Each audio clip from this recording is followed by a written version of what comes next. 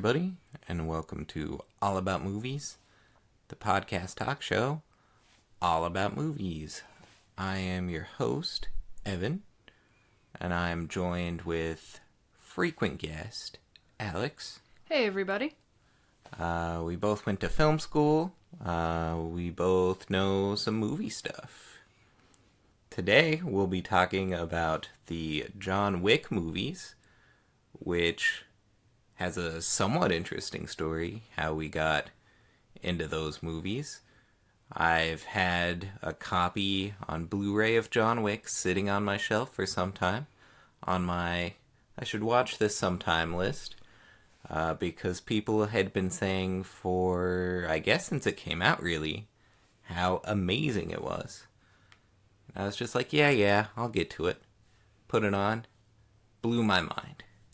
So we immediately watched the second one. Yeah, and that was right before the third one was coming out in theaters. So the next day, when it came out, we went to see it in theaters. We watched all three of those movies in about 24 hours. And we've officially been fans of that series for a week now? Something like that. Yeah, either about a week. It might be a week tomorrow. It's one of those things that we became aggressive fans of very quickly. Very, very quickly. Because of how great it is. It's amazing. All three of them are part of my favorite movies now. So, you and I kind of always have this argument as to whether you like action movies. Sure. Because you say you do, but it often seems like there's a lot more action movies that you don't like than ones that you do. That's true.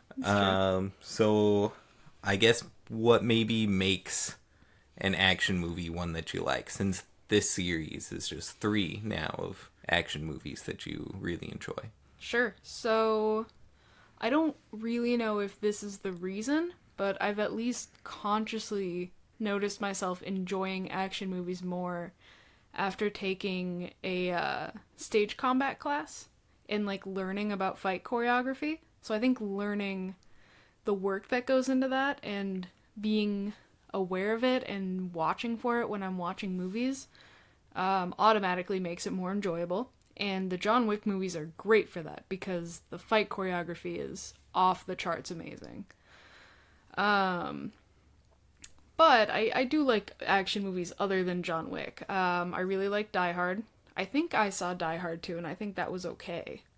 Yeah, you'll still have to see the third one. That one's probably the second best to the original. Sure. I didn't love Mission Impossible 5, is I think one of the other action movies I've watched more recently. I think the big thing with action movies is they gotta have something else going on, you know. And I think the Mission Impossible movies are very spectacular. And it's like a formulaic plot where they just throw in amazing shit. And what's great about John Wick is that it's very plot driven. And it's a great plot, and it's an interesting plot, and it's full of interesting characters. The stakes are very real, even though this world is so fantastical. And you get really engaged really quickly because of the stakes and because of the characters that you care about really quickly. I think that's probably true of Die Hard. I got really attached to Bruce Willis's character. And it does a good job of setting up the stakes. And it's also really funny. So I think I just need something more than pure spectacle. Which is also weird because a lot of John Wick is spectacle, but it's great spectacle. It's just so well done and finely tuned that it's cinema spectacle at its peak.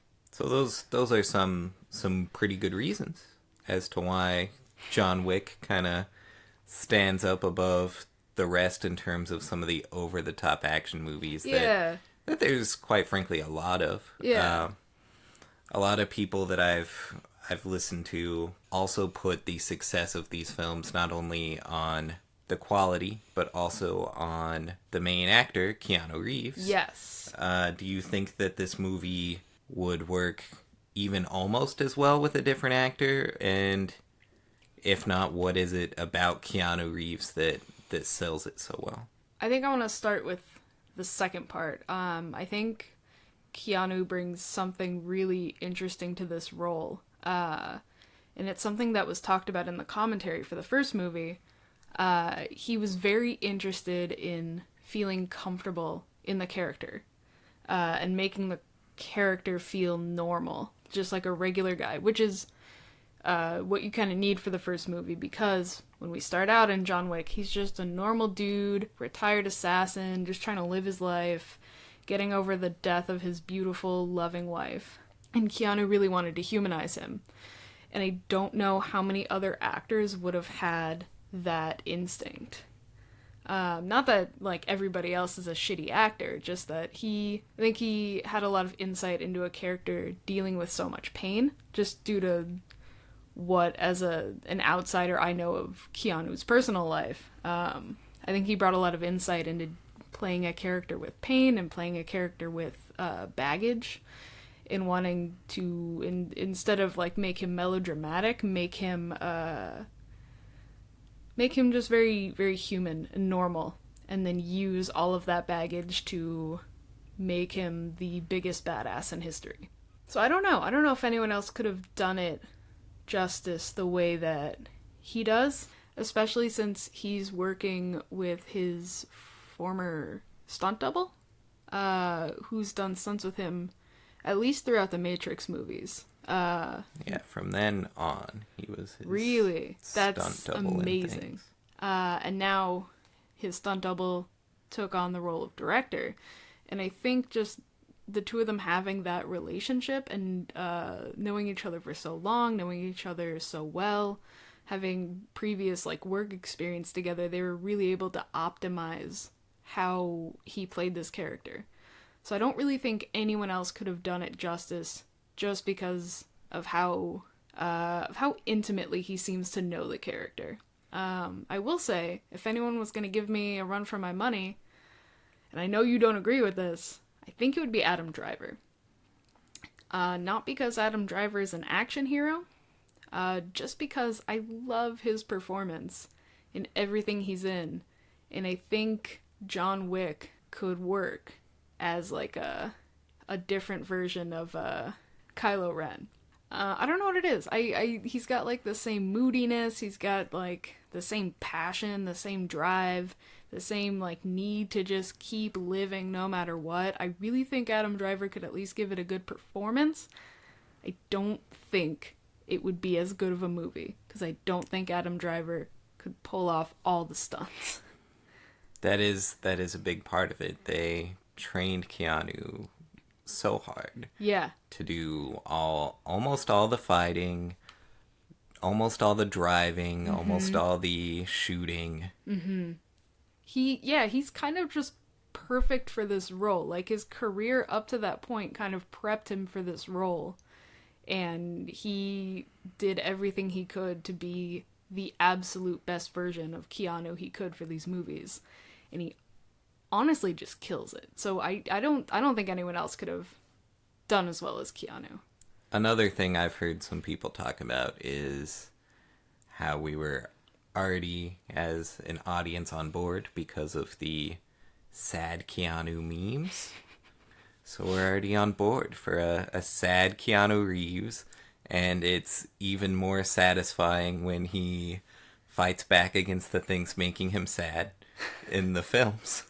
I think that's really weird, but I think you're right. I think that is a weird thing, since internet culture is what it is, and we seem to have a lot more information about celebrities nowadays, or we at least get to build a more complex and maybe accurate picture of celebrities. If they're in something that goes against how we think of them, sometimes that can be a problem. But I think you're right. I think the public perception of Keanu probably, like, helped us empathize with the character right away. So with this first film, we have Keanu dealing with the death of his wife. Yes. And then she leaves him with a dog. Which is such a sweet gesture. To be the only light in his life. Russian gangsters then murder the dog, steal his car. And put a bat through his wife's car is what I think we're meant to assume. So he think can't so. even use that car. And then it just goes crazy from there Yeah. for this first film. And really, each following film deals with the repercussions of just this one person setting out to ruin John Wick's day. That's true. That's true. There's I don't want to give too much away, but it is weird how these movies all kind of just seem like one continuous movie, like a really long book, essentially, is what it feels like, which is a testament to the screenwriter, because they all just feel like the same story stretching on and on and on in a very logical way. Because The second film takes place, I think, 4 days after the first movie, even No. though it was... Or am I switching it around? I think you're I switching am it around. switching it around. You're right. No, it does take place 4 days after the end of the first one. And then the third one takes place basically right after the second one ends. Yes. Yes, that's true. You were right. Point to Evan. Yeah, they don't take up a lot of time, which is really weird for action movies and really weird for movies in general these days. But that does lead to the question, since this is a series, just kind of how these sequels compare to the first one, which I think the first one has officially become an action movie classic at this Yes. point, even though it's not been out super long. What is it, 6, 7 years? Yeah, let me... Oh, wow, only 5 years. Yeah, people are already putting it up with the Bourne films. They compare him to James Bond. There's all kinds of references to his character through TV shows. A lot of references to John Wick, who's kind of... I'm thinking especially of the Rick and Morty Pickle Rick standing in for John Wick. Ah. Because they talk about him being a Russian pickle spirit as opposed to John Wick being the Russian boogeyman. Oh, yeah. But with this first one already going down as so much of a classic, how do these sequels compare, would you say? So, what's weird is I usually like to judge sequels on the basis of, can they work as a standalone film, or do they rely too much on the first film? Like, without the first film, are they garbage? And what's weird for these is that they entirely rely on the first film, in that because they take place in such a short amount of time, and because the action happens, or like the plot events happen so logically and happen in this domino effect fashion, 2 and 3 wouldn't exist. The events wouldn't exist if the events of the first one hadn't gone down the way they did. That being said, the plot isn't the only great thing about these movies. It's the casting, it's the acting, it's the fight choreography, it's the shots, it's the lighting, it's the score even. It's all so good that even though the sequels are so reliant on what's come before, they're still just as good as the first one. I was reading the director talking about, this was on a Reddit AMA. Ooh. He was talking about how much he enjoyed the MCU creating a whole universe, and it, to him, seems like the way that film and TV's going, is you have these interconnected things, and I think that definitely shows with the John Wick movies. Yeah. Because as we go on, we kind of branch out a little more, and we get a little bit of a taste here and there of what the bigger world looks like outside of John Wick, and what connections he has. The world building is a great thing in these movies, It is to me. awesome. They just give you little hints through each movie about the bigger world, and when they need to explore different things to the plot, they'll give you more information as necessary, but also create more Intrigue. mysteries. Yeah. I think John Wick is the first thing that's made me realize that the way we world build, in movies at least, is kind of changing. Because I remember watching Harry Potter when I was younger. And the way Harry Potter works is the way a lot of, at least young adult media works, or maybe it's how stories have worked for a while, where you take a character who's not involved in this big complicated world and you get to follow along with them as they get introduced. And John Wick doesn't do that because John Wick already has all this information about the world. And he already possesses all this knowledge, and he knows his connections, he knows his, usually his enemies, but the movies like to surprise you quite a bit. And he knows his allies, he knows what he needs to do to get to point A to point B to point C to point D. But we're not lost. I can't quite put my finger on why that is. On like what specific decisions were made so that we only get just enough information for us to keep building a good idea of this world, but still stay like interested and a little bit in the dark. I think it could be a problem if everything else wasn't selling it so well. Like if they didn't have such great actors that help you feel the backstory between these characters, maybe you'd end up having a problem. Gotcha. Okay. So just like making sure that the world exists in as many ways as possible so that it doesn't have to exist in the dialogue. Yeah. I would say so. Okay.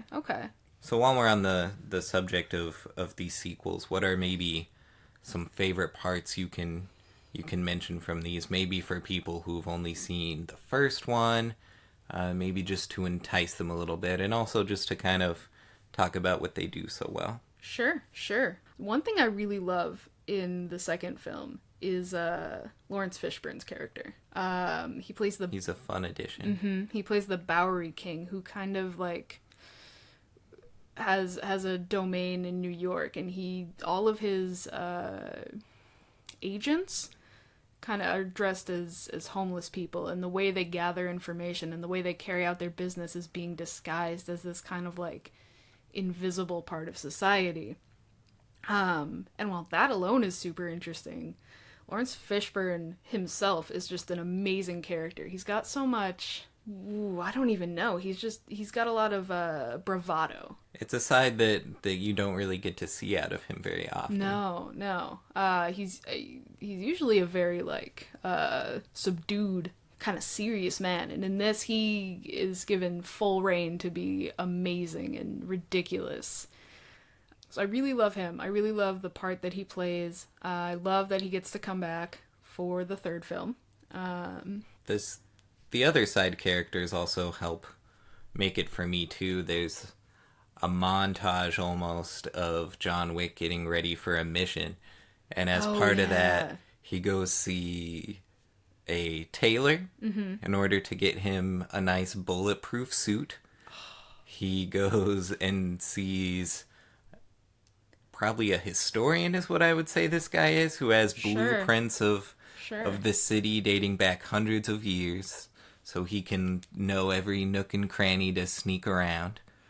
And the best part of the three, he goes to see a weapons dealer in the hotel that the assassins use. And it's almost like a fine dining experience where, and they even use that as metaphors. They talk about getting cutlery and for dessert, at which point he sees their selection of knives. But the way that they talk about the weapons, just hilarious, but in a very subtle way. Yeah, it's very ironic, which I like. Someone else that would be good to point out in the second movie before we move on to the third one is that Common is in this movie. Yeah. The musician Common. Common is good as hell in this movie. He does a very good job. A nice counterpart to John Wick. So moving on to the third film. I think that first 30 minutes is some of the best. Stellar.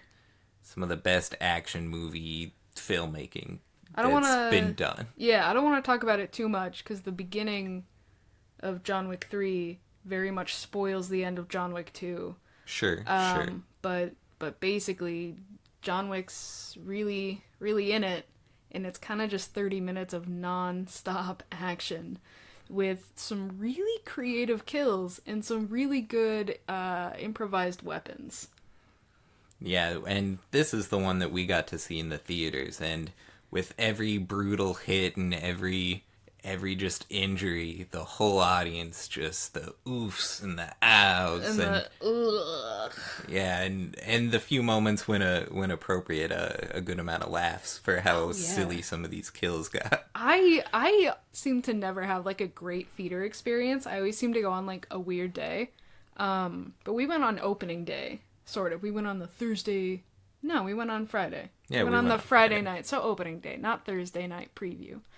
I think I might just have to start going to opening nights because like everyone there was there to see John Wick, and everyone there was so excited, and the energy of it only made the movie more enjoyable. Yeah, like I enjoy a good drama movie, a good comedy, but as I was sitting in that theater with the whole audience and everyone reacting in the same way all together, I was going, man, this is what going to the movies is for. This is cinema. Yeah, like this is what Spielberg is wanking about all the time. It's the one time I get it. it's the spectacle. It's the spectacle, and it's a great spectacle because it's not spectacle for spectacles.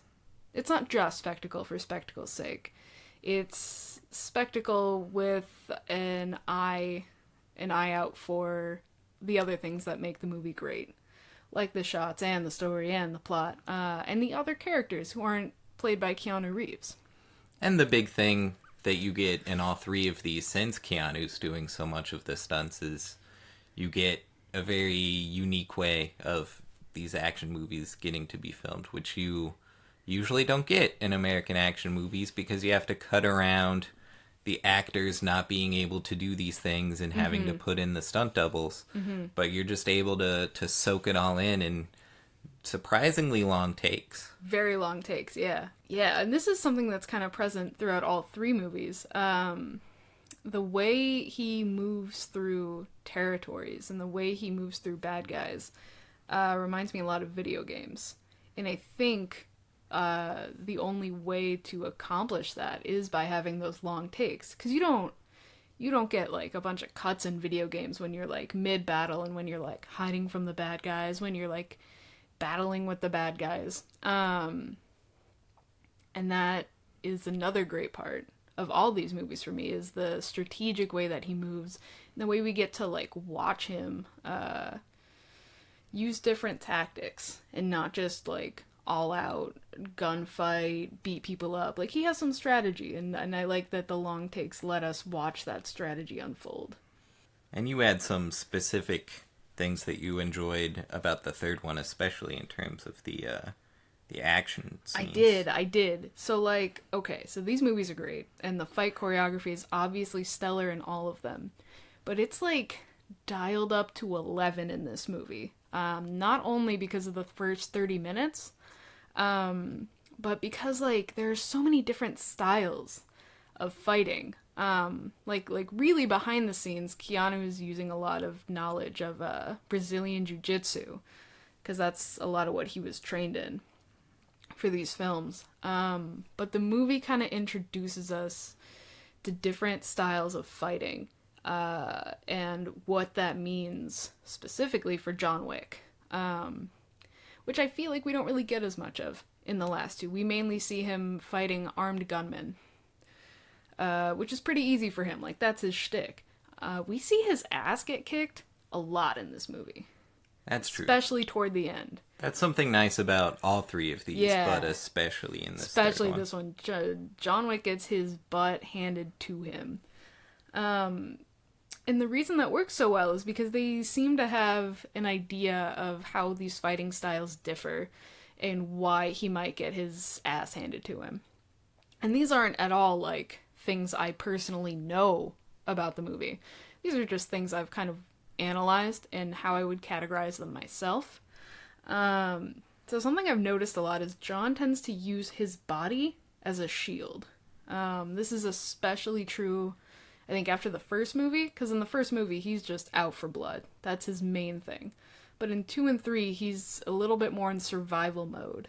And I think the reason he's able to keep the upper hand a lot is because instead of using his body as a weapon and constantly looking for the kill, he's using his body as a shield so that his eyes can be looking for like the opportunity, for the next hit, and he's kind of playing the long game so that he can eventually get the kill, which he pretty much always does. The big thing that challenges that is people who fight using their bodies as weapons. So in the third movie, we're introduced to this man named Zero, and he ends up in an antagonist role with John. And there's a great scene at the end where he's like getting all the baddies and moving up to the final boss level, and he's literally like going upstairs and fighting like higher skilled people as he's moving up, and he fights these two guys. And we've seen him take on multiple combatants through all these movies, but these two guys are different. Well, something to point out about those two guys especially is true. that they're from the raid. That's, and I'm going to butcher these guys' names, Yayin Ruian and Sasi Puraman. And they're martial artists themselves, and that's a big part of the raid.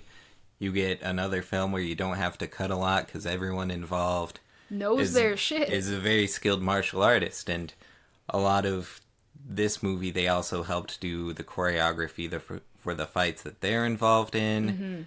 And so you're able to get some of these crazier fights, which probably would also help to explain why there's some more fight styles on display, because there's more choreographers coming in who are very skilled in different styles than what these other stuntmen are That's used very to. true. That's super true. And yeah, I think what's great is that they're coming at it from I'm not sure what specifically they're coming at it from, but definitely a more Eastern style of martial arts.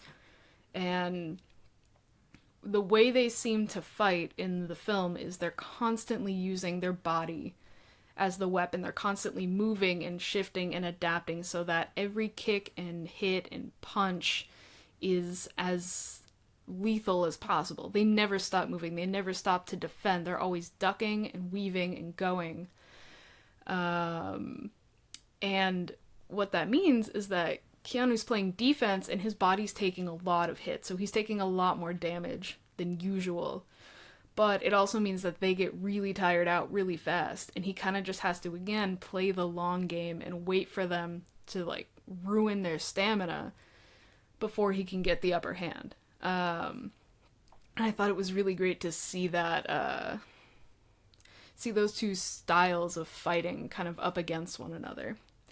And the last one I had was like kind of a boring style of fighting, but one of the cooler scenes in this movie where the High Table has sent like enforcers, we'll call them. They're like heavily armored to the point where like guns are having a hard time piercing their armor, are coming in, and their whole job is to shoot and to kill and to get out. And I like to call these people vehicles, because they just move the guns around and kill. And it's a really boring style of fighting, but it makes the main characters get really creative, which I really like. Which had like some really brutal kills too. Yeah, you get a nice action scene that, not to spoil anything for anyone, but even gets to include a character that we've seen throughout the first two films, kind of the concierge, who is a very cool part of these first two movies. He's played by Lance Reddick. You just don't get to see him do a heck of a lot in the first two movies. He's very prim and proper, and I think that's what makes this action sequence with him so great. It's so satisfying to see him let loose. Yeah, and the big thing that people will know him from that aren't me is The Wire. He was a big, big part of The Wire. Yeah, no, he's also great. But yeah, that's kind of my spiel on the fighting styles. What really screws me up is, in my little analysis, is Halle Berry's character, Sophia, who's kind of a crime lord in her own right.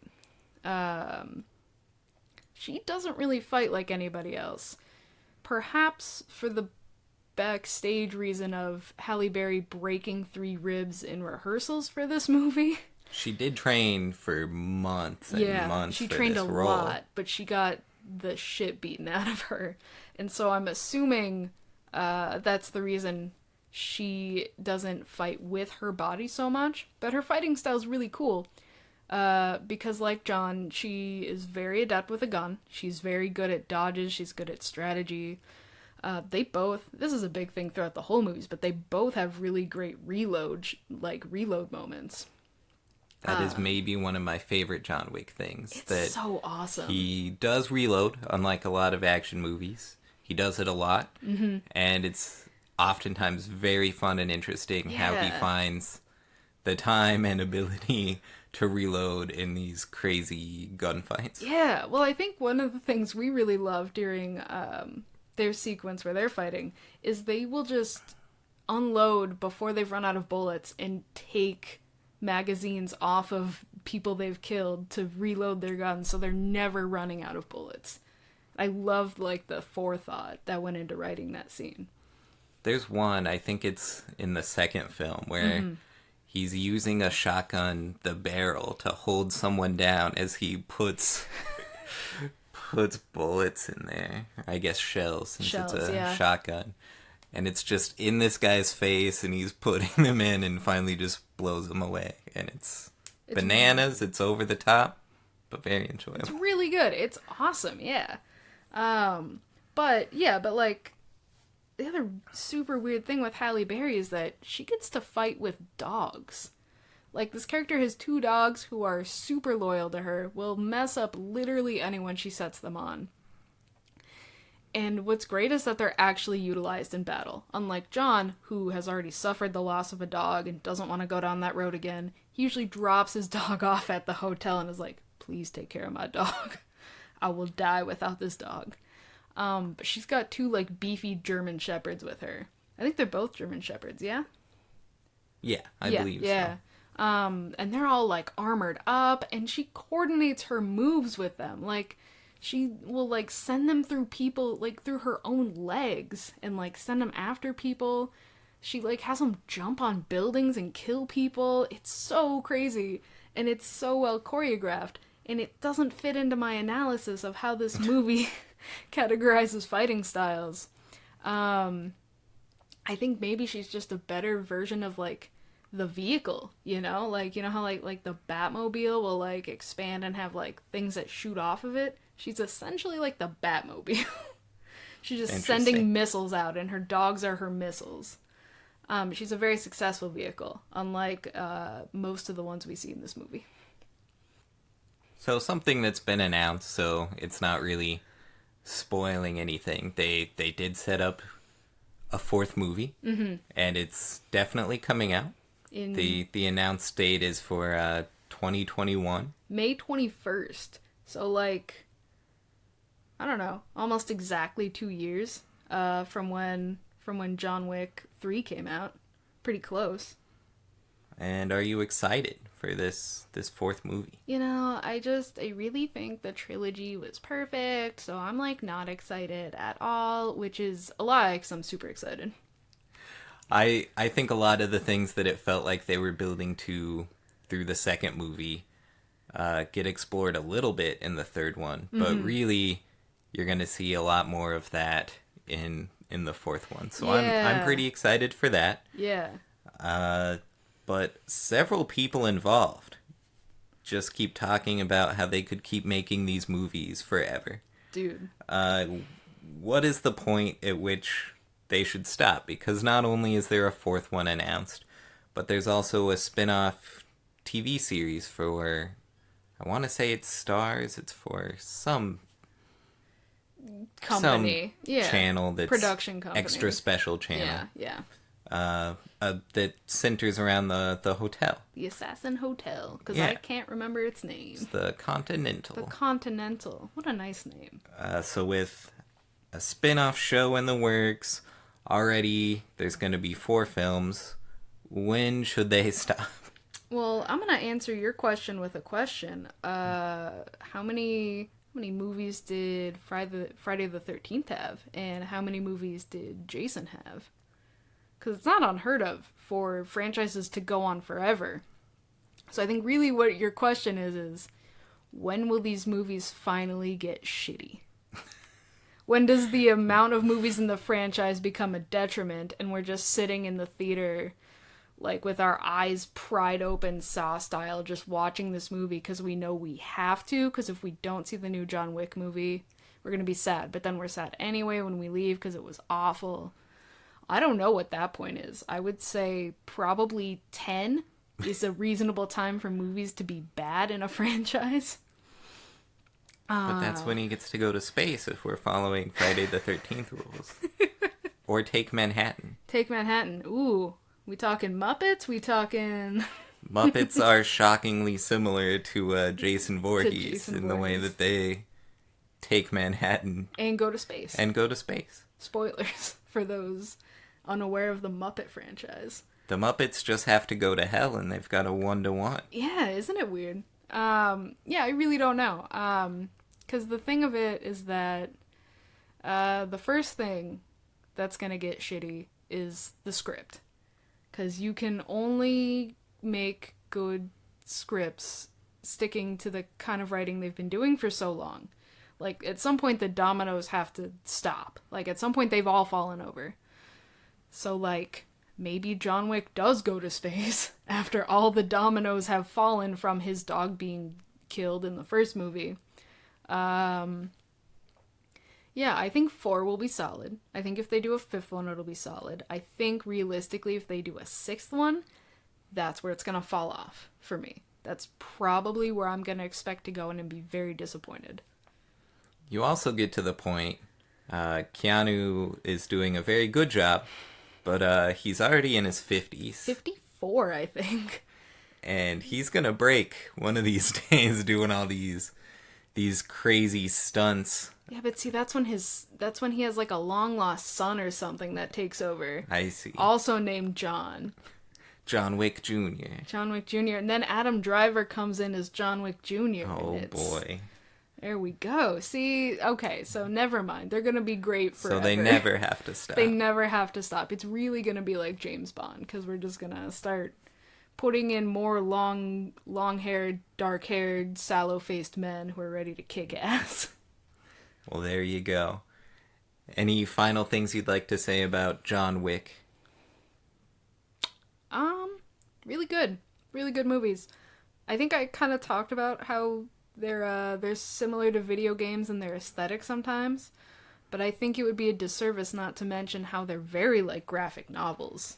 That is something that the directors talked about in the commentary of the first movie. It's very apparent in the first movie. Despite it being original material. Yeah. How they had an eye that was looking for a graphic novel feel. Yeah, and you can really tell with some of the shots where they're like close in on the eyes, and you can just imagine that as like a panel of someone like thinking and getting ready to strike, like in a graphic novel, or like getting a twist thrown onto them in a graphic novel. Yeah, I really love that. And with the subtitles too, they kind of have that weird graphic novel-y vibe.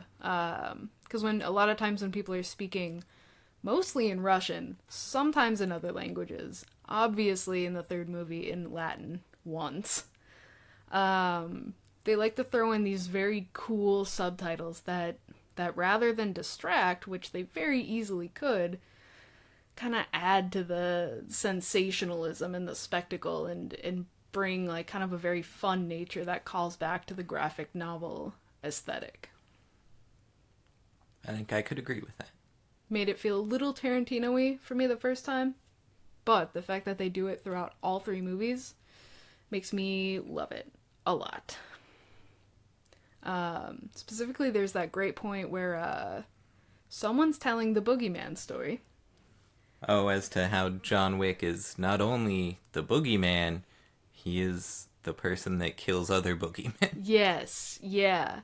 The subtitles for that were amazing because they emphasize certain words with color and they position them differently in like on the screen, partially for effect, story-wise, but also so that in other countries, their own subtitles don't get messed up by the movie's automatic, I guess, or built-in subtitles happening.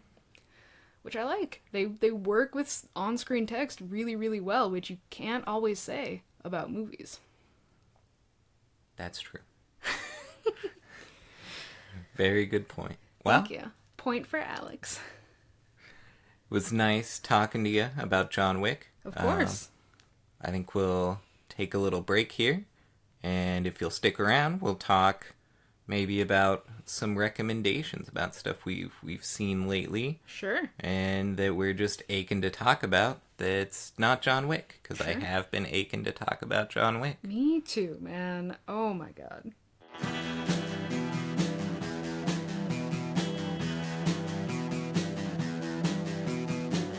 You're listening to the Prescribed Films Podcast Network, home to hundreds of hours of free podcast entertainment. The shows on this network all have a common goal, providing you with the best discussions about movies and other forms of entertainment media.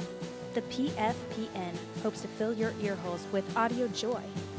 Visit our website with links to all the other amazing shows at www.thepfpn.com. Thanks for listening.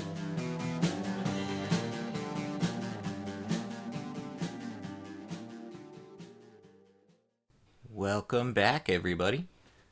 We didn't go anywhere. We No. just sat in silence for a second. You probably didn't go anywhere either. That's true. But anyway, we're now going to talk off topic, not about John Wick, but about other movies that we've seen lately. Sure. So, one movie I've seen pretty recently, because I'm super behind, is Don't Breathe. What year is that movie? That is a good question. I feel like you specifically asked me that because I don't keep track of the years of movies that I see, like you like to do. 2016, so I'm pretty behind. This is a 3-year-old movie at this point. It follows 3 young up-and-coming burglars planning to burgle a house. They go in, plan is set, they are ready to go. They're so confident because this dude is blind. And they're like, we can definitely steal from a guy who's blind, right? The answer would be no, they can't. It's super hard, and it's super tense, and it's super great. And it's actually got, like, some of the things I enjoy from John Wick in it as well. Just, like, similar things I appreciate. You know, I appreciate the lighting. I appreciate a lot of the long takes that they have. Really helps, like, build the tension. There's some pretty fun camera work in this movie. There's really fun camera work. Especially when they're in, like, just darkness. Like, complete darkness. Some films will go with just, like, very dark, but, like, blue lit because it's nighttime. And some films will go with, kind of like that green kind of vibe as if you're wearing night vision goggles, but I'm pretty sure this one goes with like grayscale when it's like pitch black, if I remember correctly, because it definitely doesn't do night vision goggle, But it still looks kind of night vision-y, but like in a different way. Sure. In like a more subdued way that doesn't take you out of the movie, and you're not like, who's wearing night vision goggles? Who am I right now? But Don't Breathe is great. Lots of twists and turns. Very disturbing. Very fun. Definitely recommend it. What you got? Well, I recently watched a movie that came out this year. It was sitting on the shelves at Target when I was just there. And I was going, man, you know, I've heard rumblings about this. And the title was so intriguing. The Man Who Killed Hitler, and then the Bigfoot. As if Bigfoot were a bigger catch than Hitler, is how that title's set up. Well, you know, it's like, oh, this guy did one thing. Oh, he's also doing something else. This guy can do it all. I mean, yeah, if you can kill Hitler and Bigfoot, you can do it all. Right? But you have a very oddly nuanced movie with a title like that. Mm-hmm. It's a slower film, a nice character study of this old man played by Sam Elliott, who's just lived a very storied life and is trying to figure out what to do next. A long time ago, he'd killed Hitler, and you know, now it's shaping up, might have to kill Bigfoot, as the title suggests. But despite knowing that going in, you have a nice time, and there's still surprises along the way, despite a title that gives away two major parts. Yeah. Well, those aren't really the main like parts of the movie. You know, as you said, it's like a character study. That's true. So a lot of the discoveries you make are just about him and his views on the world and his views on the things he's done. He has a very nuanced way of looking at the fact that he killed Hitler.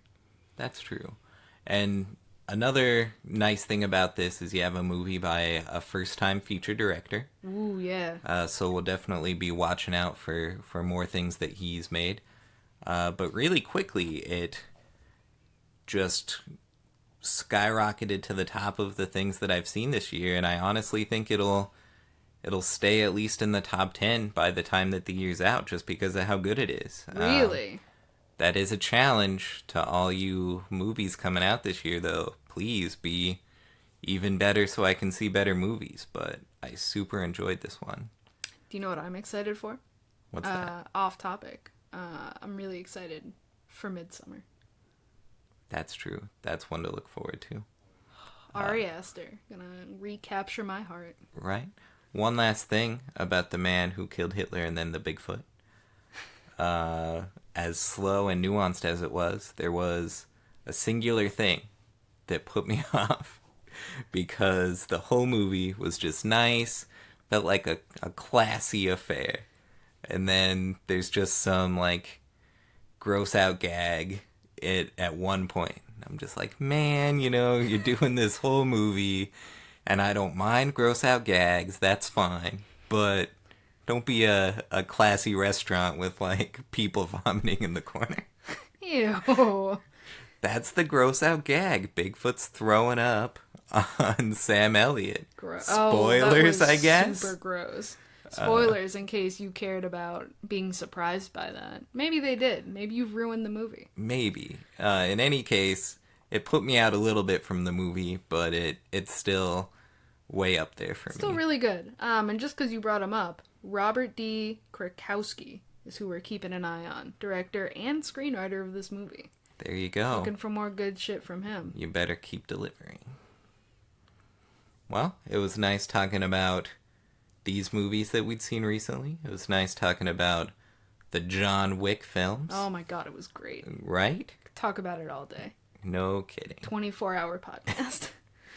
But we should probably wrap it up instead of having a 24-hour podcast. If you want to listen to more episodes, though, to fill that void, you can check us out on Spotify. I think we're on iTunes, Google Play, probably a few other places. You can like us on Facebook under All About Movies, and you can check us out on Instagram as All About Movies Pod. And, you know, just keep on listening.